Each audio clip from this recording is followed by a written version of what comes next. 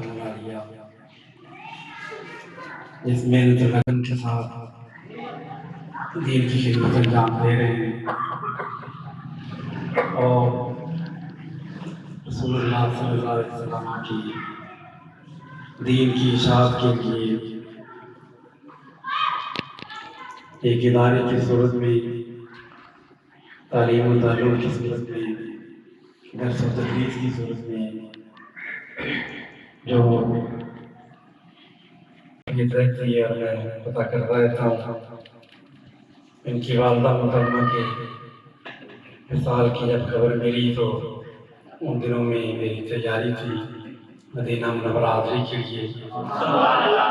ورنہ میں اسی وقت انہی دنوں میں حاضر ہوتا یہاں پہ۔ تو میرے ساتھ ہی آپ کی اس جامعہ کے استاد حضرت علامہ مفتی محمد اصغر نوری صاحب حافظ اللہ تعالی، یہ بھی آج دنیا میں اصلی شکل میں کوئی کتاب موجود نہیں ہے، اور جو موجود ہیں ان کے بارے میں ان سے پوچھیں کہ آپ کے پاس کیا دلیل ہے؟ یہ وہ تورات ہے جو حضرت موسیٰ علیہ السلام پر ہوئی، ان کے پاس کوئی دلیل نہیں۔ وہ کہتے ہیں یہ فلاں کو الہام ہوا، فلاں کو یہ ہوا، لیکن اگر ہم سے کوئی پوچھتا ہے تو قرآن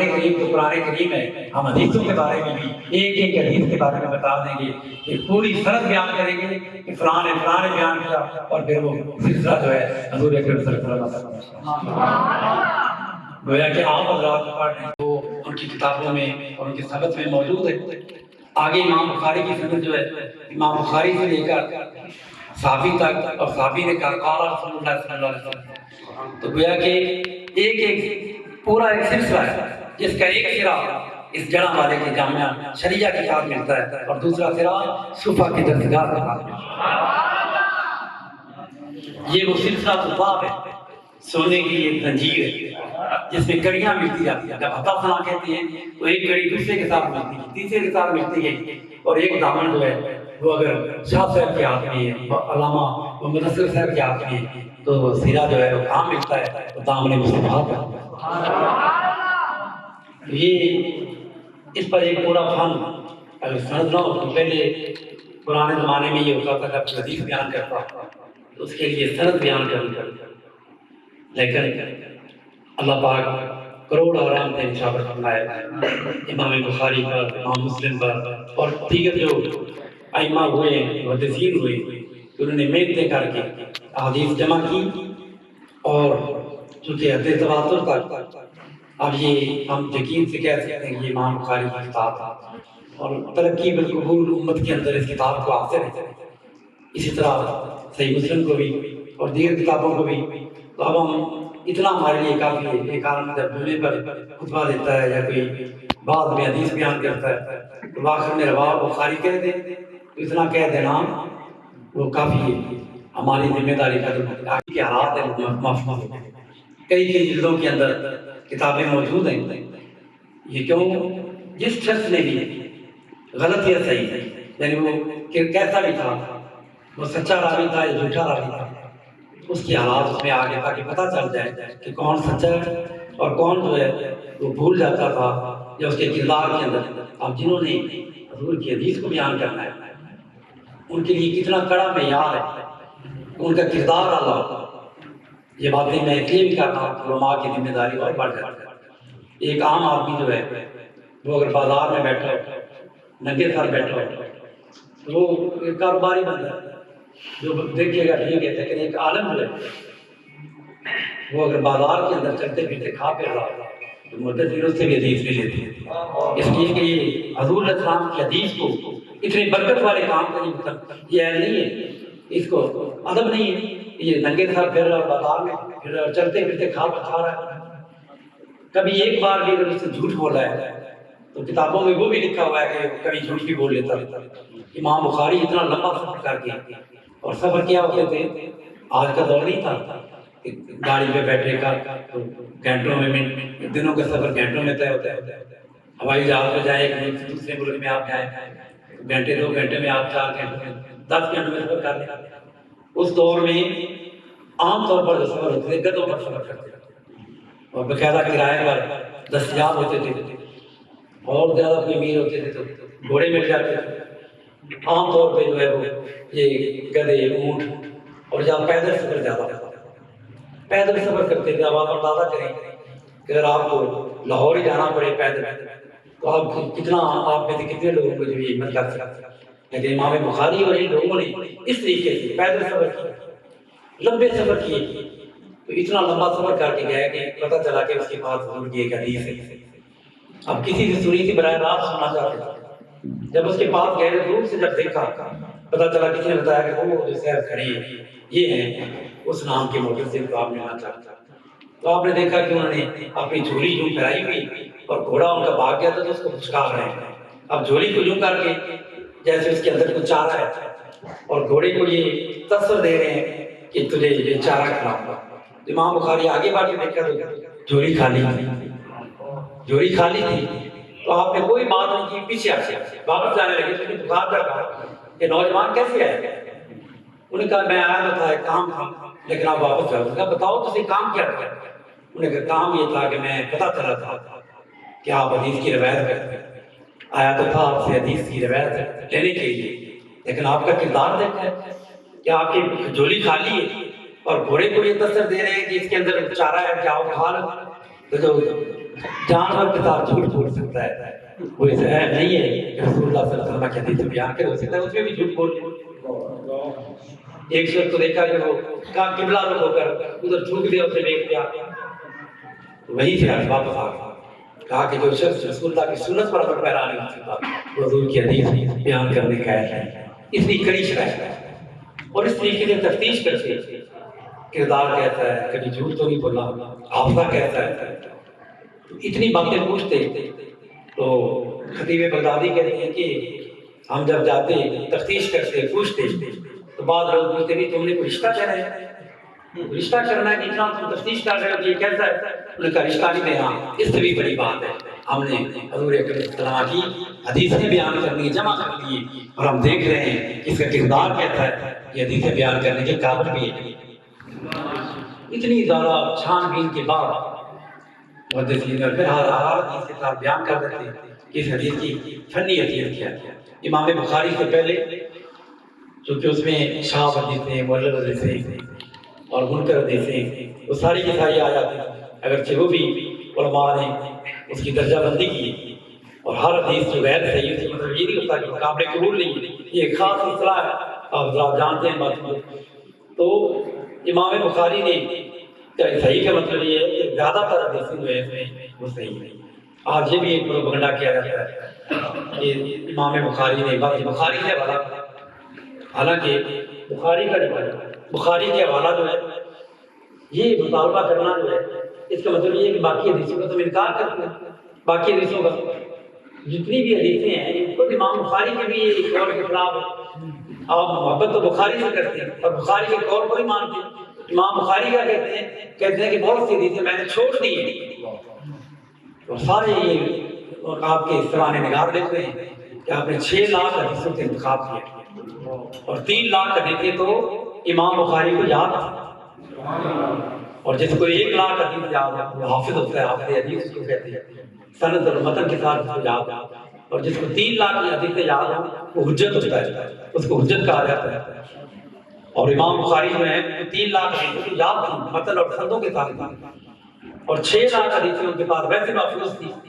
اب 6 لاکھ حدیثیں جو ہے امام بخاری نے اس میں سے آپ نے اختیار کی، اب یہ مطلب نہیں کہ باقی ساری کی ساری جو ہے وہ صحیح نہیں تھی۔ آپ اس کی مثال یوں سمجھ لیں، یہ بڑے خوبصورت شاہ صاحب نے پھول منگوائے ہیں، اللہ پاک ان کو جزائے خیر، میں جس قابل نہیں، انہوں نے اتنی عزت افزائی کی۔ اب یہ پھول توڑنے کے لیے ایک بندہ باغ میں جاتا ہے، اب باغ میں طرح طرح کے پودے پھول لگے ہوئے ہیں، اب ایک گل چین جاتا ہے، وہ جاتا ہے اپنے گلدستہ تیار کرتا ہے، اب وہ گلدستے کے لیے اپنی ضرورت کے مطابق دیکھے گا کہ اس میں کون سا پھول سجے گا، کچھ نیم کھیرے پھول جو ہے وہ اس میں لے گا، اس کو ٹہنی سمیت توڑے گا۔ ایک آدمی اس میں ہار بنانا ہے تو وہ ہار کے حساب سے پورے کھلے ہوئے پھول جو ہیں ان کو اخذ کرے گا۔ ایک بندہ ویسے شوقیہ اس نے کہا کہ جائیں چلو رات میں سوچتا کرنا، وہ اپنی اب ہزاروں لاکھوں پھول ہوتے ہیں باغوں میں، ان ہزاروں پھولوں میں سے جب ایک بندہ پھول توڑ کے تو مطلب یہ نہیں ہے کہ باقی باغ میں جو پھول نہیں ہے، وہ بھی پھول ہی ہوتے ہیں، لیکن یہ اپنی اپنی پسند ہے، کسی کو کوئی پسند آ جاتا ہے، کسی کو کوئی دوسرا پھول پسند آ جاتا ہے۔ اسی طرح امام بخاری رحمۃ اللہ علیہ نے بھی 6 لاکھ حدیثوں میں سے انتخاب کیا، اور پھر انتخاب کرنے کے بعد اتنا کڑا معیار رکھا کہ غسل کرتے، اس میں بعد پھر آپ 2 رکعت نماز پڑھتے اور دعائے استخارہ پڑھتے، جو اسی بخاری شریف کے اندر ہے، اللہم انی استخیرک بعلمک واستقدرک بقدرتک، تو اس میں یہ برکت ہو جاتی ہے۔ اب اس کے بعد مراقبہ کرتے ہیں، مراقبے کے بعد اگر دل میں خیال آتا کہ حدیث کو لکھ لوں تو لکھ لیتے ہیں، اور اگر خیال آتا کہ نہ لکھوں تو پھر چھوڑ دیتے، پھر نئے کے لیے استخارہ کرتے۔ اب آج لوگ امام بخاری کی بڑی بات کرتے ہیں، بخاری کرتے ہیں، لیکن عقیدہ بخاری والا نہیں۔ بھائی امام بخاری نے ہر حدیث لکھنے سے پہلے غسل کیا، ہر حدیث لکھنے سے پہلے استخارہ کیا، نماز پڑھی اور استخارہ کیا۔ کیا کسی حدیث میں ایک حدیث بھی ایسی ہے جس میں حضور نے فرمایا ہو کہ میری حدیث لکھنے سے پہلے استخارہ کرو، حدیث بیان کرنے سے پہلے غسل کرو؟ کیوں امام بخاری نے کیا؟ جو ماں ہوا جواب ہوا جواب ہونا، تو ہم یہی کہیں گے نا کہ جس چیز سے منع نہیں کیا وہ جائز ہے، تو ہم بھی تو یہ کہتے ہیں نا، جب میلاد سے منع نہیں کیا گیا، جب ایک معین تاریخ پر لنگر پکانے سے منع نہیں کیا گیا، تو ہمارے اہل سنت کے معمولات ہیں، جب منع نہیں کیا تو وہ کام جائز ہے، اصل اس کی موجود ہو۔ اسی طرح امام بخاری کا عقیدہ اختیار نہیں کرتی۔ امام بخاری کی جتنی بھی امام بخاری کے خاص طور پہ اہل سنت کے علاوہ جو غیر مقلدین کی کتابیں ہیں، دیوبندیوں کی کتابیں بھی ہیں، اور قانون المعبود کے اندر انہوں نے بھی، اور دیگر جو غیر مقلد انہوں نے بھی یہ بات لکھی ہے کہ بخاری جو ہے اس کی ایک خاصیت ہے صحیح بخاری کی، کہ جس گھر میں یہ کتاب موجود ہو اللہ تعالیٰ اس گھر کو بلا سے، وبا سے، بیماری سے، مصیبت سے، اور کسی حرق سے، غرق سے، یعنی جلنے سے، ڈوبنے سے کشتی کو، اور مکان ہے تو اس کو خراب ہونے سے محفوظ رکھتی۔ گویا کہ یہ کتاب جو ہے یہ کتاب نہیں ہے بلکہ یہ دافع البلا ہے، دافع البلا والوبا، اس سے وبائیں بھی دور ہوتی۔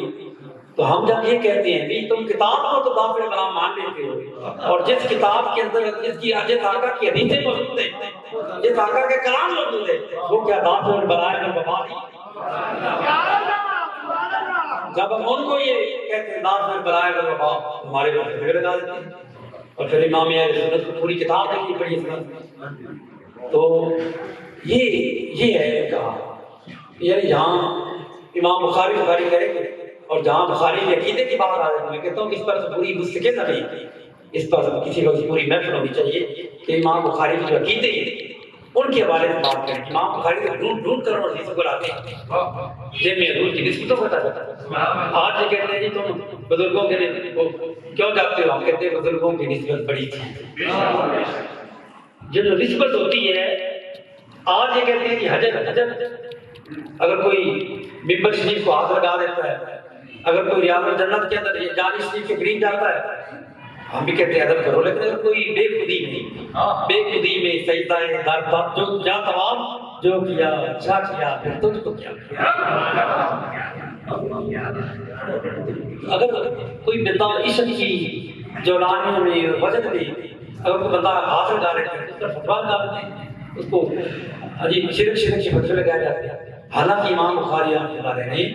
بخاری شریف کے اندر حالانکہ اس مقام پر ایک آدھ حدیث بیان کرنا کافی تھا،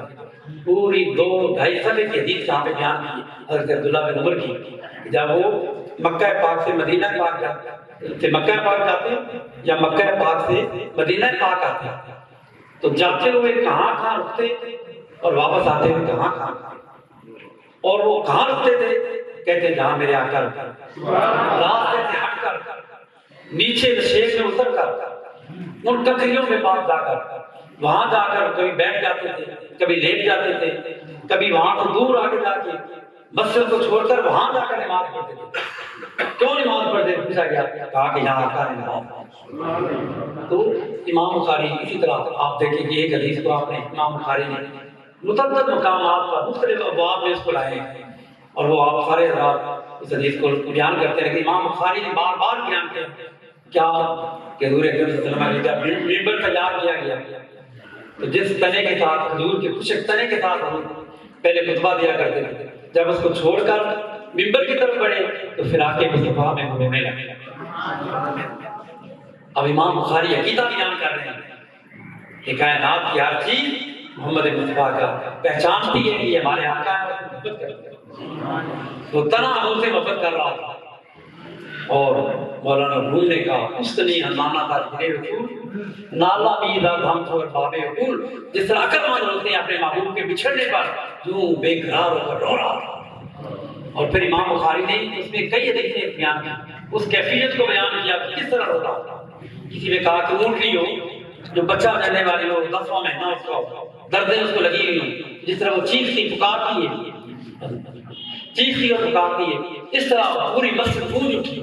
وہ تنہا رو رہا ہے۔ اور ایک میں تھا کہ یہ یوں رو رہا تھا کہ لگتا تھا کہ یہ پھٹ جائے گا رو رو کر۔ اور پھر آقا علیہ السلام آپ کا تقسیم لائے اور آپ نے اس کو اپنے سینے سے لگایا۔ اب دیکھیے کہ اس میں کئی مسئلے امام بخاری نے کتاب بیان کر دیا۔ کہتے ہیں جی بتاؤ جی عیسیٰ علیہ السلام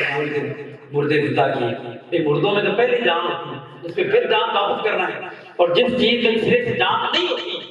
جو بولتے نہیں، کہ کھجوروں کے تنے کبھی بولتے کبھی روتے، حضور نے اس پہ بھی جان ڈالا۔ جب سینے سے لگایا تو پھر چونکہ شدت سے رو رہا تھا، جس کا بچہ زور سے رو رہا تھا، اور ماں سینے سے لگائے تو وہ بڑے دستورے پر سسکیاں لے لے کے چپ کرتا ہے، اسی طرح وہ چپ کرے گا۔ اور پھر حضور اکرم صلی اللہ علیہ وسلم نے اس سے پوچھا تھا کہ تو کیا چاہتا ہے، اور پھر حضور نے اس کو کتنا مرتبہ عطا کر دیا۔ علامہ قاضی عیاض رحمۃ اللہ علیہ فرماتے ہیں کہ حضور علیہ السلام نے اپنا ممبر اٹھوا کر وہاں گڑھا کھودوایا، اور اس گڑھے کے اندر اس تنے کو دفن کروایا، دفن کروا کے اوپر میز رکھ دی، ممبر رکھ دی، اور اس پر حضور بیٹھتے تھے،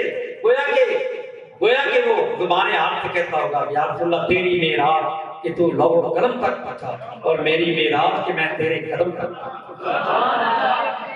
نعرہ تکبیر، نعرہ رسالت، نعرہ تحقیق، نعرہ حیدری، تاجدار ختم نبوت، تاجدار ختم نبوت۔ یہ ایک طرح کا موضوع ہے کہ امام مقصد یہ تھا کہ امام بخاری کا یہ نام استعمال کرتے ہیں اور لوگوں کو گمراہ کر کے یہ تصور دیتے ہیں کہ شاید حالانکہ امام بخاری کے جو عقائد ہیں ان کے عقیدے جو ہیں حضور اکرم صلی اللہ علیہ وسلم کی عظمت، اب اس پہ بات کرتے جائیں تو کہ وقت کے دامن میں اتنی گنجائش نہیں، ورنہ میں اور مثالیں دے کر بتاتا کہ امام بخاری نے کس طریقے سے اپنے عقائد کا اظہار کیا کتاب کے اندر۔ تو ہماری یہ خوش بختی ہے کہ آج ہم وہ کتاب اس کی آخری حدیث پاک پڑھ رہے ہیں جو کتاب علماء کا اس پر اتفاق ہے، اصحاب الکتب بعد کتاب اللہ، یہ جو زمینی کتابیں ہیں ان کتابوں میں سب سے صحیح ترین اور بہترین جو بہت بڑی کتاب ہے وہ صحیح بخاری ہے، امام بخاری کی۔ آپ دیکھیں کہ جو دین کا کام کرتا ہے اللہ پاک اس کو کس طرح عزتیں دیتے ہیں۔ امام بخاری نے حضور اکرم صلی اللہ علیہ وسلم کی احادیث کو نشر کیا، جمع کیا، آگے پڑھایا، پھیلایا، تو اللہ پاک نے ان کے نام کو قیامت تک کے لیے باقی رکھا۔ اور 1188 سال ہو گئے امام بخاری کی وفات کو، 1188 سال گزرنے کے باوجود، اور کتاب اس سے بھی پہلے لکھی تھی، ان کی حیات میں لاکھوں افراد نے آپ سے کتابیں پڑھی، ایک محفل میں ہزاروں بندے ہوتے تھے کتاب پڑھنے والے، لیکن آپ کی وفات کے بعد 1188 سال گزرنے کے باوجود بھی ہر آنے والا سال جو ہے امام بخاری کے ذکر میں اضافہ، اور جب تک مدارس اسلامیہ میں یہ کیلو کال کا سلسلہ جاری رہے گا، حدیث رسول کے پڑھنے کا سلسلہ جاری رہے گا،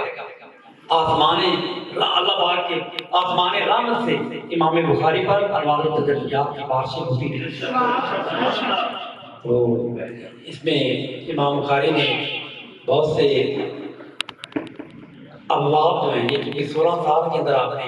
یہ کتاب حاصل کی، اور زیادہ تر آپ نے مسجد حرام میں بیٹھ کر اس کتاب کو لکھا ہے، لیکن اس کے جو تراجم ہیں، یعنی ہر باب سے پہلے باب کے ساتھ استاد کی کرمان اس میں کوئی ایت ہوتی ہے یا کوئی مشکل معنی کے الفاظ کے معنی ہوتی ہے، ان کو ترجمہ الباب کہتے ہیں۔ اور بخاری شریف میں 96 تراجم ہے ترجمہ الباب، پہلا باب یا اس کو ترجمہ کہتے ہیں وہ بدر واج ہے، اور آخری جو ہے وہ کتاب التوحید ہے، اور کتاب التوحید کے اندر پھر اس کا آخری باب جو ہے وہ میزان کے بارے میں، وزن اعمال کے حوالے سے پہلے بات پڑھ لیں، پھر اس پر بات کریں۔ بسم اللہ الرحمن الرحیم۔ باب قول اللہ تعالی الموازین مثل اليوم القیامہ یوم القیامت يوم القيامة وأن أعمال بني آدم وقولهم يوزن وقال مجاهد القسطاس العدل باليومية ويقال القسط المصدر المفسد وهو العادل وأما الفاسد وهو الحائر جائر وهو الجائر۔ جور ضرورت حدثنا أحمد بن أشعب قال حدثنا محمد بن فضيل عن عمارة بن محمد بن فضيل محمد بن فضيل عن عمارة عمارة بن القعقاع عن أبي زرعة عن أبي هريرة رضي الله تعالى عنه قال قال النبي صلى الله عليه وسلم كلمتان حبيبتان إلى الرحمن خفيفتان على اللسان ثقيلتان في الميزان سبحان الله وبحمده سبحان الله العظيم۔ اللهم صل وسلم وبارك على سيدنا مولانا محمد علما ذکر الذاکرون علما غفر عن یہ آخری باب ہے کتاب التوحید کا۔ تو اصولی طور پر تو توحید جو ہے وہ ایمانیات کا ایک بڑا حصہ ہے۔ چاہیے یہ تھا کہ جب شروع میں کتاب الایمان لائے تھے تو وہاں پر کتاب التوحید بھی وہی ہونا چاہیے تھا، لیکن امام بخاری نے یہاں پہ کتاب التوحید کو علیحدہ بیان کیا۔ اس میں ایک حکمت یہ ہو سکتی ہے کہ کتاب کا آغاز بھی توحید سے ہو اور اختتام بھی توحید پر ہو۔ حدیث پاک من کان آخر کلامی لا الہ الا اللہ دخل الجنہ، کلمہ جس میں نصیب ہو جائے آخر، تو ابتدا میں برکت کے لیے کتاب الایمان کو لائے اور آخر میں کتاب التوحید کو لائے تاکہ توحید پر خاتمہ ہو نیک فالی کے لیے۔ دوسرا یہ ہے کہ کتاب الایمان میں ایمان کی ایجابی پہلو کو بیان کیا ان یہ چیزیں ایمان کی تقاضی، اور کتاب التوحید کے اندر سلبی پہلو کو بیان کیا کہ جن چیزوں جو ایمان کے منافی یا ایمان کے جو مخالف چیزیں ان کو بیان کیا گیا۔ اس میں پھر اب اس کو بدل کرنے کی ضرورت، حساب کتاب کی ضرورت ہے، ایک یہ تھا۔ پھر کہتے تھے کہ اگر حساب کتاب ہو رہا ہے تو توڑنے کی کیا وجہ ہے؟ اللہ پاک بتا دیں گے یہ بندوں۔ اب اس میں حکمت کیا تھی کہ اللہ پاک چاہتا ہے کہ بندوں کو بتایا جائے انصاف جو ہے، انصاف کا تقاضا کیا ہوتا ہے کہ انصاف ہوتا نظر آئے، پتہ چلے کہ انصاف ہو رہا ہے، اور جب ان کے سامنے تولا جائے گا، جانتا ہے اللہ تعالیٰ کو، جاننے کے باوجود جب ان کے سامنے تولا جائے گا تو ان کو کسی قسم کا کوئی عذر جو ہے ہر ایک پر واضح ہو جائے گا انصاف۔ اب وہ کہتے تھے کہ یہ ایک ان کا اعتراض یہ تھا، اس کا جواب یہ ہوتا ہے۔ دوسرا اعتراض ان پر ان کا یہ تھا کہ وزن جو ہے وہ جسم کا، یہ آپ کتاب کو وزن کر سکتے ہیں، آپ اس میز کو وزن کر سکتے ہیں، لوہے کو وزن کر سکتے ہیں، آپ اپنے آپ کو وزن کر سکتے ہیں، لیکن ایک ہی آرات کو وزن نہیں کر سکتے۔ مثال کے طور پہ آپ بندہ ہے تو بندے کے جو حافظہ ہے اس کا کیسے وزن کرتے ہیں؟ تو وزن جو ہے وہ ہوتا ہے جسم کا، اور اعمال جو ہے ورد ہے۔ اب نماز کا کیا وزن ہے؟ نماز کو کہہ رہا ہے کہ نماز مان کی ہے، یہ 2 مان کی ہے، تولے کی ہے، دیر کی، یہ ان کا اعتراض تھا۔ اب اس کے لیے امام بخاری نے جواب دیا۔ پہلا جواب یہ ہے کہ قرآن کی آیتیں آئی، اور کافر اور ایماندار کا فرق یہ ہوتا ہے کہ کافر جو ہے وہ عقل کے پیچھے دوڑتا ہے، اور ایماندار کیا ہوتا ہے عقل قربان دونوں کا پیچھے۔ جہاں بات یاد ہے عقل جو ہے وہ اللہ تعالیٰ کی ایک نعمت ہے، عقل کو استعمال کریں، لیکن گزر جا عقل سے آگے کہ یہ نور چراغ راہ ہے منزل دی، تیری منزل کیا ہے وہ اللہ رسول کی رضا ہے۔ حضور کا کلام آ رہا ہے، واضح خفی ہو یا جلی ہو، وہ قرآن کی صورت میں ہو یا واضح خفی حدیث کی صورت میں ہو، جب واضح آ جائے تو پھر سر جھکا دیں۔ اسلام کا معنی نہیں ہوتا گردن میں آ دیں، سر کو جھکا دیں، سر تسلیم خم کر دیں۔ جہاں اللہ کا رسول حضرت عمر فاروق رضی اللہ تعالیٰ عنہ صاحب نے کہا کام کہ آپ ان کا کتاب ملتا ہے کہ جب اللہ کی کتاب یا اللہ کے حبیب کی بات آ جاتی تو آپ فوراً رک جاتے ہیں اور کہتے ہیں میری بات غلط ہے، اللہ کی قرآن کا یہ انصاف کا تقاضا ہوتا ہے۔ امام بخاری نے پہلی دلیل یہ دی کہ قرآن کریم میں فرمایا کہ ونادى منادٍ کہ ہم انصاف کے لیے تراغیب جو ہے وہ قائم کریں۔ تو پتہ چلا جب قرآن میں آ گیا ٹھیک، باقی رہ گیا کہ ان کو تولنے کے حوالے سے تو پرانے زمانے میں اس کا اور جواب دیتے تھے،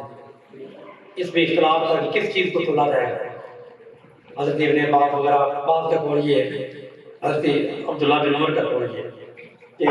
صحائف تولے جائیں گے، جن چیزوں پر اعمال لکھے جاتے ہیں ان کو تولا جائے گا۔ اور حضرت ابن عباس رضی اللہ تعالیٰ عنہ اور دیگر جو بعض حضرات ہیں وہ کہتے ہیں کہ نہیں، اللہ پاک اس بات پر قادر ہے کہ جس طرح جسم کے اندر بدن رکھنے والا اللہ پاک ہے، اسی طرح وہ اعمال کے اندر بھی بدن پیدا فرما دیں گے، اعمال کے اندر بھی بدن پیدا فرما دیں گے۔ اور اعمال کے اندر جو بدن ہے وہ اللہ پاک قیامت کے دن اس کو وہ قادر ہے کہ کس طریقے سے، ویسے بھی جو لوگ کہتے ہیں نا صحائف تولے جائیں گے ان کے پاس بھی ایک دلیل ہے، لیکن مال وہی ہوگا ان کا۔ مثلا ایک کاغذ کا ٹکڑا ہے، اس پر ایک لکھا ہوا ہے کہ یہ بندہ جو ہے چوری کرتا ہے، ایک کاغذ پر لکھا ہوا ہے کہ یہ بندہ جو ہے یہ ساری رات نفل پڑتا ہے، تو عبادت تو اتنی ہے، کاغذ تو اتنا ہی خرچ ہوگا،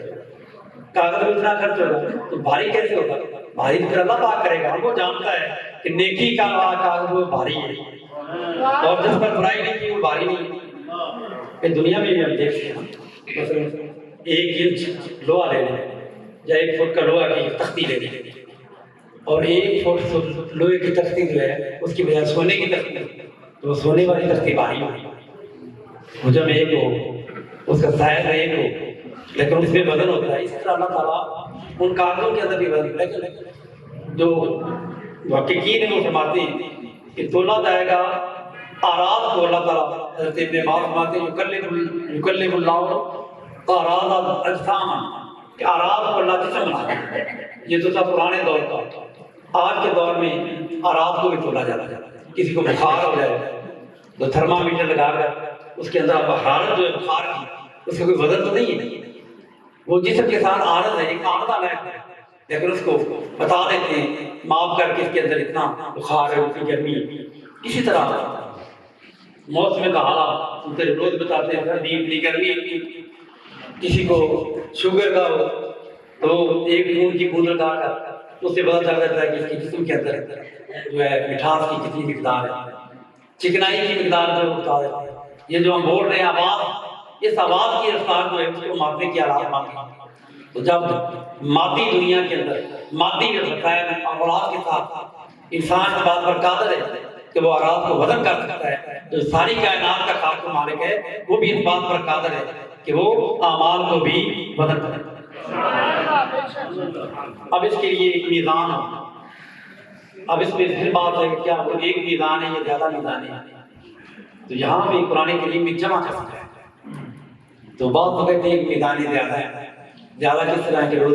روزوں کا انتخاب کرنے کے لیے الگ میزان ہے، نمازوں کا انتخاب کرنے کے لیے الگ میزان ہے، صدقہ و خیرات کے الگ میزان ہے، لیکن دوسرے علماء کہتے ہیں کہ نہیں، میزان تو ایک ہے۔ حضرت داؤد علیہ السلام نے اللہ تعالیٰ کی بارگاہ میں کیا مجھے وہ میزان دکھاؤ، دیکھنا چاہتا تھا۔ جب دیکھا جتنا اللہ کا قرب ہوتا ہے اتنا ہی خوف زیادہ ہوتا ہے، اس لیے فرمایا گیا انما یخشی اللہ من عبادہ المؤمنین، خشیت الہی ان کے اندر زیادہ ہوتی ہے۔ تو جب دیکھا میدان اتنا بڑا ہے کہ زمین و آسمان کو بھی جو پردے میں رکھا جائے کہ وہ بھی باہر جائے، یعنی اتنا سماج ہے اس پردے کے لیے، یہ حالت کو بھرے گا تو بیہوش ہو گئے۔ جب ہوش آئی تو اللہ پاک نے فرمایا کہ داؤد میری رحمت بڑی ہے، جب میں راضی ہو جاؤں گا تو پھر یہ سارے پردے بھر جائیں دیکھنے والے۔ تو میدان جو اس کے باقاعدہ درمیان میں پکڑنے کی جگہ ہوتی ہے، وہ دیتی ہوئی آج کل تو پردے اور میدان جو ہے بہت کم دیکھنے میں آتی ہے، پردے اس کے ہوئے تو ایک ہی میدان ہے۔ سوال یہ ہے کہ جمع کیوں ہے؟ اس کے لیے ایک جمع جو ہے وہ یا تو افراد کے اعتبار سے، چونکہ جن کے عمل تولے جائیں گے وہ مقدر ہیں اس لیے موازن کہہ دیا گیا، یا اعمال مقدر ہیں اس لیے موازن کہہ دیا گیا، یا یہ تفخیم شان کے لیے، تفخیم کے لیے، جس طرح اللہ پاک نے فرمایا وقت ضبط قوم نوح للمرسلین، کہ نوح علیہ السلام کی قوم نے رسولوں کو جھٹلایا، حالانکہ اس وقت تو اور زمانوں میں ایک وقت میں کئی رسول آتے رہے، لیکن نوح علیہ السلام کے زمانے میں صرف نوح علیہ السلام تھے، لیکن اللہ فرماتا ہے کہ وہ رسولوں کو جھٹلاتے ہیں۔ پتہ چلا عزت شان کے لیے، کیونکہ ایک نوح علیہ السلام کی جو ان کو جھٹلانا ہے، ان کی شان اتنی ہوا کہ اس نے سارے رسولوں کو جھٹلا دیا۔ اسی طرح موالین بھی عزت کے لیے اور تعظیم کے لیے اللہ پاک نے اس کی شان بیان کرنے کے لیے جمع کر دی۔ القسط یہ صفت ہے یا موالین کی، تو پھر سوال پیدا ہوتا ہے کہ موصوف اور صفت کے اندر اتحاد ضروری ہے، ایک جیسے ہونے چاہیے، اور موالین جمع ہے اور قسط جو ہے یہ جمع نہیں مفرد ہے واحد ہے، تو اس کا جواب یہ ہے کہ مصدر ہے، قسط مصدر ہے، اور مصدر جو ہے وہ واحد کے لیے، تسنیہ کے لیے، جمع کے لیے، سب کے لیے مصدر جو استعمال ہو سکتی ہے، لہذا موالین جمع کی اور قسط جو ہے وہ صفت بن سکتی ہے عربی قواعد کے روپ میں۔ یا یہ ہے کہ قسط مفعول لہو ہے کہ ہم نے ترازو انصاف کے لیے یہ ترازو جو ہے وہ ہم نے بنائے ہیں، یا یہاں پہ حرف معروف ہے لہذا موازین ضوابط کا لام جو ہے یہ یا تعلیل کے لیے اور یا یہ فی کے معنی میں، یعنی لی یوم القیامہ، یعنی فی یوم القیامہ، اور یا علت کے لیے کہ ہم اس لیے انصاف کے ترازو رکھیں گے تاکہ یہ قیامت کے دن جو ہے وہ انصاف کے لیے، یعنی لی یوم یا لی سارے واللہ ہمارا بنی آدم۔ اب یہ بتاتے ہیں کہ عمل بھی تولے جائیں گے، اور صرف عمل ہی نہیں تولے جائیں گے بلکہ قول کو بھی تولا جائے گا، اقوال کو بھی تولا جائے گا۔ اس میں امام بخاری اس طرح متوجہ کر رہے ہیں کہ آدمی کو زبان بڑی احتیاط کے ساتھ بات کرنی چاہیے، وہ جو کہا ہے پہلے تولو اور پھر بولو، تو امام بخاری اس طرح اشارہ کر رہے ہیں کیونکہ حدیث پاک میں آتا ہے کہ کبھی انسان کی زبان سے نکلا ہوا ایک کلمہ جو ہے وہ اس کو جہنم میں پہنچا دے، کفر کا کلمہ بول دیا، اور کبھی انسان جو ہے وہ ایک کلمہ بولتا ہے، اس مثال طور ایک کافر تھا اور سچے دل سے اس نے کلمہ پڑھ لیا تو وہ ایک کلمہ اس کو جنت میں پہنچا دے۔ تو اس لیے اقوال جو ہیں ان کا بھی حساب ہوگا اور ان کے اعمال جو ہیں ان کا بھی بدل ہوگا۔ اب یہاں پہ امام بخاری کی یہ بھی ایک عادت ہے، طریقہ ہے کہ آپ قرآن کریم میں اگر کوئی اس کے مناسب کوئی لفظ آتا ہے تو اس کا بھی معنی بیان کر دیتے ہیں۔ اب کیونکہ یہاں پہ بدل کرنے کا جو ہے کس کا لفظ آیا تھا اور کس انصاف کا، اسی طرح ایک لفظ قرآن میں استعمال ہوا غادر بالقسطاس المستقیم، اس کا معنی بیان کر دیا کہ قسطاس کا معنی عدل ہے۔ اب اس کو دو طرح پڑھا گیا، قرآن قرآن جو ہماری اس میں جو القسطاس ہے کاف کی زیر کے ساتھ، لیکن کاف کی پیش کے ساتھ قسطاس بھی پڑھا جاتا ہے پھر رومی زبان میں۔ اب یہاں پہ پھر سوال پیدا ہو سکتا ہے کہ قرآن اللہ پاک فرماتا ہے انا انزلناہ قرآن عربیًا فی لسان عربی مبین، کہ قرآن کو عربی زبان میں نازل کیا ہے، اور یہ کہہ رہے ہیں کہ اس میں رومی زبان کا لفظ ہے، تو اس کا ایک جواب تو یہ ہے کہ یہ توافق ہوتا ہے۔ توافق کا مطلب یہ ہوتا ہے کہ ایک لفظ جو ہے وہ دو زبانوں کے اندر استعمال ہوتا ہے، عربی میں بھی اور رومی زبان میں بھی، لیکن غلبہ پھر رومی زبان میں اس لفظ کا ہو گیا، اس لیے اس کو مشہور یہ ہو گیا کہ یہ رومی زبان کا الفاظ۔ یا یہ ہوتا ہے کہ ایک آدھ لفظ کسی دوسری زبان کا بھی آ جائے، ہماری اردو زبان تو ہے ہی لشکر اور پوری زبانوں کا ایک مجموعہ ہے،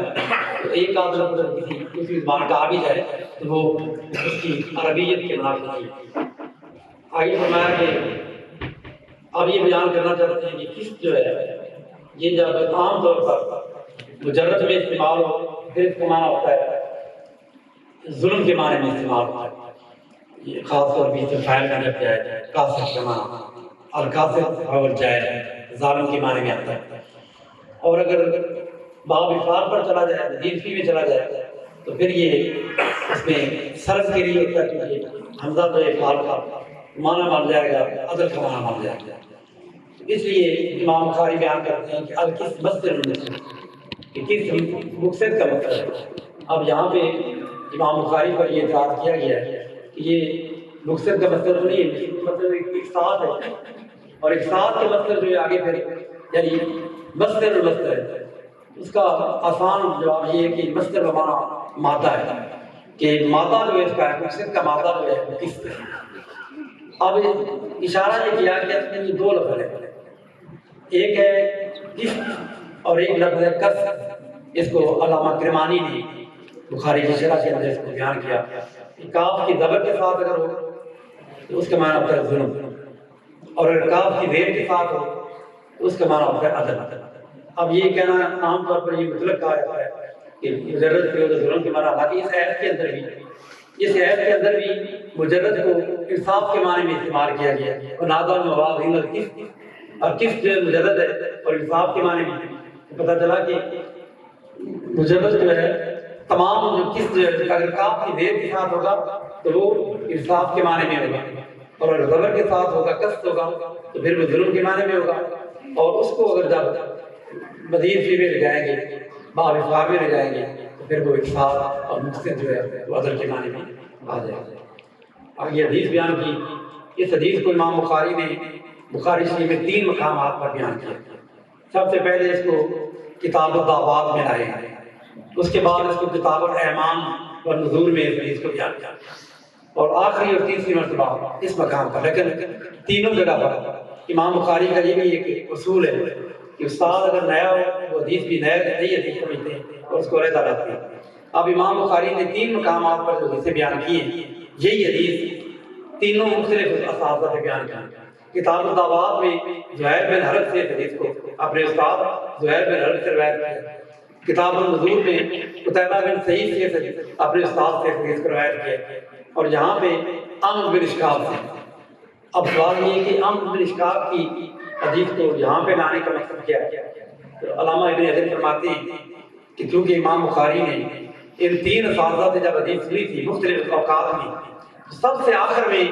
عمرو بن اشکاب سے یہ حدیث، چونکہ آخر میں ان سے سنی تھی زیادہ آخری مقام پر ان کی روایت جو ہے اس کو بیان کی۔ دوسرا یہ ہے کہ یہاں پہ اس حدیث کی جو فنی حیثیت ہے، کیونکہ یہ اوپر سے جو جتنی ہے امام بخاری کے جو 3 استاد ہیں جنہوں نے اس حدیث کو بیان کیا، لیکن آگے راوی ان تینوں مقامات پر محمد بن فضیل، ہمارا بن کاکا، ابو زرع اور آگے ابو ہریرہ، یہ ساری روایتوں میں یہی راوی آئی ہے، تو اس حدیث کو فنی لحاظ سے غریب کہا جاتا ہے۔ یہ بھی ایک مناسبت ہے کہ بخاری شریف کی جو پہلی حدیث ہے جو انما الاعمال بالنیات، اس کے اندر بھی حضرت عمر رضی اللہ عنہ اتمام اسناد مت پہ آگئی، تو جو 3 راوی ہیں وہ راوی بھی ایک راوی کیا آتا ہے، لہذا وہ بھی غریب ہے، اول باخر مناسب دار، تو اول بھی غریب آخر بھی غریب، تو یہ بعد علیہ السلام و غریباً فسجدوا غریباً، اس کی طرف بھی ایک مناسبت ہے۔ اور چونکہ پہلی حدیث جو اب یہ بدن اعمال کے حوالے سے یہ باب ہے، اب امام بخاری بتانا یہ چاہتے ہیں کہ وزن پیدا کیسے ہوگا عمل میں، یعنی جس کے ساتھ بندہ جو ہے وہ نیکیوں والا بھاری ہو جائے، اس کے لیے کہتے ہیں کہ اگر بدن عمل میں پیدا کرنا ہے تو میری کتاب کے آغاز میں جو میں نے پہلی حدیث لکھی ہے اس پر عمل کریں، اور وہ حدیث کیا تھی؟ انما الاعمال بالنیات، یعنی عمل کے اندر اگر اخلاص پیدا کریں گے تو جتنا زیادہ اخلاص ہوگا اتنا زیادہ عمل کے اندر وزن پیدا ہوگا۔ اور اس کے لیے میں اکثر مثال دیا کرتا ہوں، اللہ پاک نے قرآن کریم میں فرمایا تبارک الذی بیدہ الملک وہو علی کل شیء قدیر الذی خلق الموت والحیات لیبلوکم ایکم احسن عملا۔ اللہ نے فرمایا کہ میں یہ امتحان کا بنائی تمہارے لیے تاکہ آزماؤں کہ تم میں سے کون احسن عمل، کس کا عمل اچھا ہے۔ اللہ نے یہ نہیں فرمایا کہ عمل کس کے زیادہ ہے، ایکم اکثر عمل نہیں فرمایا، احسن عمل فرمایا، فرمایا کہ عمل بے شک چھوڑے ہو، ہم نے گننا نہیں، ہم نے وزن کرنا ہے، وزن کر کے دیکھنا ہے، سونا عمل اگر ہوگا اس کا عمل وزن زیادہ ہوگا، اور اگر ریاکاری کے لیے ہوگا فرمایا من صلی، جو آدمی ریاکاری کے لیے یرائی، من صلی یرائی، جو ریاکاری کے لیے نماز پڑھتا ہے فقط اشرک، گویا کہ اس نے شرک کیا، اس کی نماز جو ہے وہ اس کے منہ پر ماری جائے، بظاہر وہ بھی نماز ہو، لیکن اگر اخلاص ہوگا تو پھر اس کے اندر وزن پیدا ہوگا۔ امام بخاری جا کہتے ہیں کہ اگر وزن پیدا کرنا ہے تو پھر گویا کہ علماء کو یہ بتا رہے ہیں کہ عالم کی شان یہ ہے کہ وہ اپنے اندر اخلاص پیدا کرے، مولانا روم نے نہیں کہا، قرآن کریم میں بھی انما یخشی اللہ من عبادہ العلماء، عالم کہلانے کا حقدار کون ہے؟ مولانا روم فرماتے ہیں خشیۃ اللہ را نشان علم کا، علم کا نشان کیا ہے؟ جتنی اللہ کی خوف ہوگا، خشیت ہوگی، اتنا ہی وہ عالم زیادہ کرا پائے گا۔ اور آیت یکشلہ در قرآن بخواں کہ قرآن میں یہ آیت پڑھ لو تو پتہ چلے گا کہ عالم کی شان کیا ہوگا۔ تو وہ بتا رہے ہیں کہ عمل میں اخلاص پیدا کریں تاکہ ہمارے بدن جو عمل کے وہ زیادہ دیکھیں۔ آگے وہ بیان کی حدیث کے حضور نے فرمایا صلی اللہ علیہ وسلم نے افضل العرب والعجم، سید عالم صلی اللہ علیہ وسلم نے فرمایا کلمتان حبیبتان الی الرحمن، حبیبہ ہمارا محبوب ہے کہ وہ کلمے جو محبوب ہے اللہ، مراد کیا ہے کہ اس کے پڑھنے والے کو اللہ کی بارگاہ میں اللہ کا محبوب بنا دیتے ہیں۔ کلمات کلمے پڑھنے سے اللہ اس سے محبت کرتا ہے، اور اللہ کی محبت کیا ہوتی ہے کہ اللہ پاک اس کو عزتیں عطا فرماتا ہے، اس کے عمل کو قبول فرماتا ہے اور اس کو عزت عطا فرماتا ہے۔ وہ کلمے کیا ہیں؟ حبیبتان الرحمن، رحمان کو زیادہ مانگنا۔ اب اللہ کے اور بھی نام ہیں لیکن جہاں الرحمن کا ذکر کیوں کیا؟ اس لیے بتانا مقصود یہ ہے کہ عمل تھوڑا ہے لیکن اجر زیادہ ہے، یہ اللہ کی رحمت ہی ہے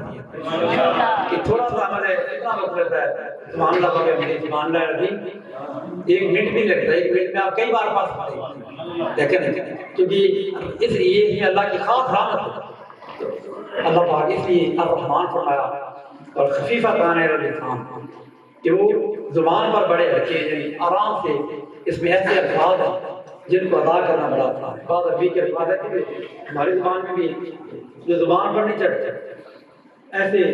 الفاظ میں اوپری الفاظ ہوتے ہیں، بعض الفاظ بڑے عام سے ہوتے ہیں لیکن اس کو جب کسی دوسرے معنی میں لغت میں استعمال کریں تو اس میں تنافر پیدا ہو جاتا ہے۔ جس طرح لیسا من البر السفر فی الصوم، اب الف لام کی جگہ پر میم کو علامہ جامی نے وہاں پہ مثال دی، لیسا من البر صیام فی السفر، تو اب اس کو آپ پڑھیں گے تو زبان پہ چڑھ الفاظ چڑھ دی۔ وہ ایک بندہ تھا نا تو وہ بیہوش ہو گیا، لوگ اس کے ارد جمع ہو گئے، وہ تو کہتے فران کی بول رہی، یہ فران کی بول رہی، وہ لوگ حیران ہو گئے، پتہ یہ کیا بولی بول رہے ہیں۔ الفاظ جو ہیں ایسے کہ زبان پر مشکل سے چڑھتے ہیں، لیکن جہاں پہ جو کلمات ہیں سبحان اللہ وہ ایسے ہیں جو زبان پر بڑی آسانی سے سبحان اللہ ہے، سبحان اللہ جو آسانی سے زبان پر آ جاتے ہیں۔ آپ ترجمہ جو باب کیا ہے جہاں پہ یہ الفاظ ہیں ثقیلتان فی المیزان، کیونکہ باب یہ تھا وزن اعمال کا، تو دلیل کے طور پر پہلے قرآن کریم کی آیت ہے اور پھر دلیل کے طور پر یہاں پہ یہ الفاظ ثقیلتان فی المیزان کہ حضور نے فرمایا کہ وہ میدان پر بھاری ہوگی، پتہ چلا کہ میدان پر عملوں کو تولا جائے گا اور جس کے عمل جو ہیں وہ بھاری ہوں گے، نیکیاں بھاری ہوں گی، پردہ بھاری ہوگا، اللہ پاک اس کو پھر اپنے انعامات جو ہے وہ عطا کرے گا۔ اب اس حدیث کو آخر میں لانے کا حکمت یہ تھی کہ جاتے جاتے علماء کو وظیفہ بیان کر دیا، کیونکہ علم عالم جو ہیں ان کے پاس وقت بڑا محدود ہوتا ہے، انہیں تبلیغ بھی کرنی ہوتی ہے، پڑھانا بھی ہوتا ہے، درس و تدریس بھی کرنی ہوتی ہے، فتویٰ نویس بھی کرنی ہوتی ہے، دنیا جہان کے باقی کام بھی کرنے ہوتے ہیں، اور ساتھ ساتھ پھر وظیفے کے لیے وقت جو ہے وظیفے کرنے بھی نہیں دیتے رہتے۔ کوئی شاہ جی بات آ جائے تو کہ دم کر دیں، وہ کہہ رہے ہیں جی شاہ جی ادھر آئے دم کریں، تو اب دل جوئی کرنی پڑتی ہے، ہر معاملے میں نبھانے پڑتے ہیں۔ امام بخاری نے کہا کہ آپ کو آسان یہ بھی آقا کا کرم ہے صلی اللہ علیہ وسلم، حضور نے امت کے لیے آسان رائے فرما دی، فرمایا کہ ضروری نہیں کہ مراقبہ کر کے اندر بیٹھ جاؤ کوئی بندہ ملے ہی نہ، اور سارا دن تم بیٹھے نہیں، لوگوں کے ساتھ دلو کام بھی کرو، لیکن کیفیت یہ پیدا کرو یاد کار والے تیری یاد، یہ کیفیت جو کیسے پیدا ہوگی کہ پہلے زبان کے ساتھ ہو جائے یہ کلمات اللہ کی حمد و ثنا میں عادی بنے زبان، جب زبان عادی ہوگی تو پھر دل عادی ہو جائے گا اور پھر ایسی کیفیت پیدا ہو جائے گی کہ بندہ کسی حال میں بھی ہوگا دل اس کا جو ہے ذاکر۔ تو فرمایا کہ یہ اعمال کیا ہیں، تھوڑے سے عمل ہیں، لیکن جب اس کو پڑھو گے تو کیا ہے، ایک روایت میں آتا ہے کہ سبحان اللہ کے ساتھ آدھا پڑھا پڑا جاتا ہے،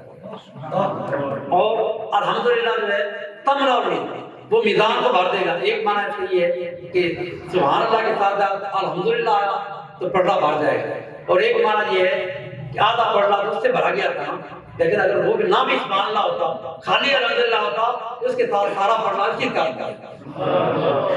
اب سبحان اللہ پہلے لانے میں ایک یہ ہے کہ اس میں تنزیہ یعنی ہر وہ وصف جو اللہ رب العزت کی شان کے لائق نہیں ہے، اس کو اللہ کی ذات سے یہ کہنا کہ میں پاکی بیان کرتا ہوں اللہ تعالیٰ کی ہر عیب سے، اصل میں یہ علم ہے سبح اللہ سبحان اللہ، پھر یہ لازم الاضافہ ہے کہ یہ، اور پھر یہ چونکہ علم ہے اور علم کو پہلے نکرہ بنایا جائے گا، اس کی اضافت جو ہے کلمہ اللہ کی طرف کی جائے گا سبحان اللہ۔ تو اب اس کا معنی کیا ہے کہ ہر وہ کام جو اللہ رب العزت کی ذات کے لائق، مثلا موت ایک نقص ہے، لیکن اللہ رب العزت وہ حی و قیوم ہے۔ جہالت ایک نقص ہے، لیکن اللہ رب العزت عالم الغیب ہے، خبیر ہے، علیم ہے۔ اور نیند ایک نقص ہے، لیکن اللہ کا لا تأخذہ سنۃ ولا نوم۔ اسی طرح قدرت جو ہے، جو ہے عاجز ہونا، یہ ایک عجز ہے، عجز ہے، لیکن اللہ رب العزت جو ہے وہ کیا ہے؟ وہ حی و قیوم ہے، وہ ہر قسم کے عجز سے پاک ہے۔ تو پتہ یہ چلا کہ سبحان اللہ کہنے میں مطلب یہ ہے کہ اللہ رب العزت سے ہر وہ کام، ہر وہ چیز جو اس کی شان کے لائق سے ہم جو ہے پاکی بیان کرتے ہیں، اور اسی حال میں پھر باو عالیہ متلبس ہم بھی اسی حال میں بھی ہم اللہ تعالیٰ کی حمد جو ہے وہ بھی زبان پر بیان کرتے ہیں۔ اب چونکہ منکر زیادہ ہے، انکار کرنے والے اللہ تعالیٰ کی ذات کی اور عیب نکالنے والے زیادہ ہیں، اس لیے دو مرتبہ اس میں سبحان اللہ کرتا ہے۔ میں پاکی بیان کرتا ہوں اللہ تعالیٰ کی، اور اس حال میں کہ میں اللہ تعالیٰ کی حمد بیان کرتا ہوں اور اللہ تعالیٰ کی میں پاکی بیان کرتا ہوں جو بڑا عظمت اور شان والا ہے۔ اس میں بھی ایک خالی کے طور پر اس کو بیان کیا کہ ہمارا خاتمہ جو ہے وہ ایمان پر ہو، اور اس بات کو آخر میں رکھنے کے حکمت یہ تھی کتاب کا آغاز کیا انما الاعمال سے، تاکہ جو بھی عمل کرے اس میں اخلاص پیدا ہو۔ اور اسلام کیا ہے؟ انسان کی جو تکلیفی زندگی ہے، مرنے کے بعد اس کے بعد کیا ہوتا ہے؟ عالم برزخ میں چلا جاتا ہے، برزخ میں جانے کے بعد پھر حساب کتاب ہوگا، حساب کتاب کے بعد پھر اعمال کا وزن ہوگا، اور وزن اعمال کے بعد پھر اگلا مرحلہ کیا ہوگا؟ پھر فیصلہ ہو جائے گا اس کو جنت میں بھیجنا ہے یا جہنم میں بھیجنا ہے۔ تو چونکہ آخر میں وزن اعمال ہوگی، اس لیے امام بخاری نے آخر میں اس حدیث کو بیان کیا، اور ختم کرنا جو ہے وہ اللہ کی عمل پر ختم کرنا چاہیے، اور آپ نے اپنی طرف سے عمل بیان کرنے کی بجائے وہ عمل بیان کی رسول اللہ صلی اللہ علیہ وسلم کی مبارک زبان سے، جس زبان سے نکلا وہ ہر کلمہ جو ہے وہ اللہ رب العزت کی بات اور اللہ کی رضا ہے، اور اس سے بہتر کلمات جو ہیں آپ دیکھیں کیا فصاحت اور بلاغت ہے اس میں، رعایت سجا لی ہے، کلمہ طانی، حبیبہ طانی، الرحمن، اور پھر اس میں آپ دیکھیں کہ بداعت جو ہے بدیع اور معنی کے جو حسن ہے وہ کس طرح پیدا ہوا ہے۔ سند کے تضاد دیکھیں کہ خفیفہ تان ادھر فرمایا اور ادھر ثقیلہ تان، ادھر میزان فرمایا، ادھر ہلکا ہے ادھر بھارا ہے۔ یہ قدرت کلام کی یہ علامت ہوتی ہے اس طرح کی متضاد سندوں کو اکٹھا کیا جائے۔ اللہ رب العزت نے حضور اکرم صلی اللہ علیہ وسلم کے آپ کی کلمات طیبات کے صدقے اور ان حادث مبارکہ کے صدقے اللہ رب العزت ہمیں حدیث قرآن پاک کا، حدیث پاک کا فہم عطا فرمائے، اور ہمیں ہماری اعمال میں، ہمارے زندگی کے تمام معاملات میں اللہ پاک ہمیں اخلاص کی دولت عطا فرمائے، اور جو بچے یہاں پہ دین کے علم حاصل کر کے فارغ ہو رہے ہیں ان کے لیے یہ کہ وہ اپنے مشائخ اور اپنے اساتذہ کی اس اسلوب کو، اس طریقے کو ذہن میں رکھیں، ہر کام کے اندر اخلاص ہو۔ دنیا کے معاملات آتے جاتے رہتے ہیں، دنیا آنے جانے والی چیز ہے، وقت کے فرعون، وقت کی یزید اور نمرود جو ہیں وہ آپ کو خریدنے کی کوشش کریں گے، وہ آپ کے راستے میں رکاوٹیں ڈالنے کی کوشش کریں گے، لیکن آپ نے نہ بکنا ہے نہ جھکنا ہے، بلکہ ہمیشہ کلمہ حق کہتے ہوئے آپ نے جو ہے وہ کبھی بدانت سے کام نہیں لینا، اور کبھی اپنے عقیدے کو نہیں چھوڑنا، ہمیشہ حق بات جو ہے وہ لیکن میری حکمت کے وقت یہ نہیں ہے کہ ڈنڈا مار کر اس کو بات کرنا ہے، بلکہ دانش مندی کے ساتھ، حکمت کے ساتھ اور پیار کے ساتھ اللہ پاک ہمیں عمل کی توفیق عطا فرمائے۔